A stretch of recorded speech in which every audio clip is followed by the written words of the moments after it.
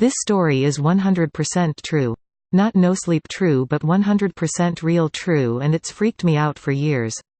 This story begins around 1990. I would have been 12, almost 13 at the time. I'm pretty sure I dreamt about a missing woman. It's happened a couple times since she went missing. At this point I'd wager she's dead though. When she disappeared, there were no witnesses and not many clues to help with the case. Her car was found running on the side of the expressway. Her purse was inside, as well as other items most women wouldn't just leave behind. In the dream I was near a pond. There was a brick house situated about 50 yards from shore and trees surrounding both. Standing at the shoreline, I could see bubbles emerging from the middle of the water and nowhere else on the surface. I remember thinking I could throw some rocks out there to get to stop, but no matter how many times I tried, I couldn't hit the spot of the disruption. I knew of 2 houses in my hometown that were very similar to those in the dream.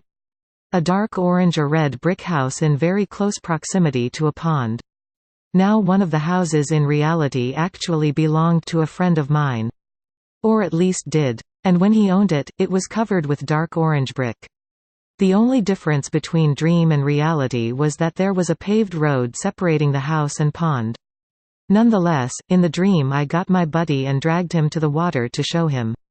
Of course he couldn't see the bubbles, and again, no matter how many rocks I threw, I couldn't hit the spot. They all went too far, too close or off to either side. Now here's the kicker. The other brick house in town was just uphill, no road separating it from a different pond.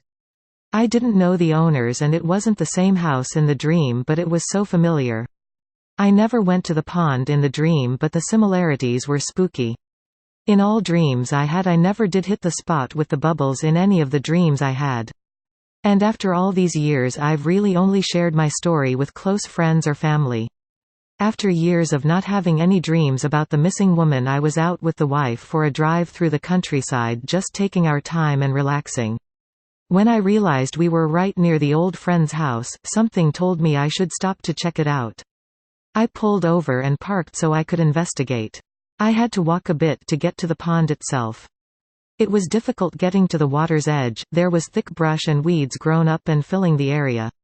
In fact, the only clear area was on the opposite side from the original, and that was only a 20-foot wide clearing. Once I traversed the weeds and thorns to make it to the water, I couldn't see the spot I first saw the bubbles form, or at least not pinpoint it anyway. I waited and watched for them to happen again, hoping I'd see them. Finally they appeared, and they seemed more forceful than before, although I felt like I was closer than before. I grabbed some rocks from the shallows and started throwing them towards the bubbles. I hollered back to the car for my wife to come down to show her. While I waited for her, I continued to try and pelt the area with the rocks. I'm going crazy now, not hitting the spot. Over and over again I couldn't hit the bubbles. My wife couldn't see them, and no matter what I did or how I tried to show her, I couldn't get her to recognize where they were. It was useless. Fast forward to current day and I still read old stories of her missing. The case is actually still active too, for whatever reason they haven't made it a cold case. If she's dead and in either of those ponds, then my dreams were true. If she's out there alive somewhere, and the dreams weren't about her, then something else is down there creating the disturbance. But what? Both conclusions scare the crap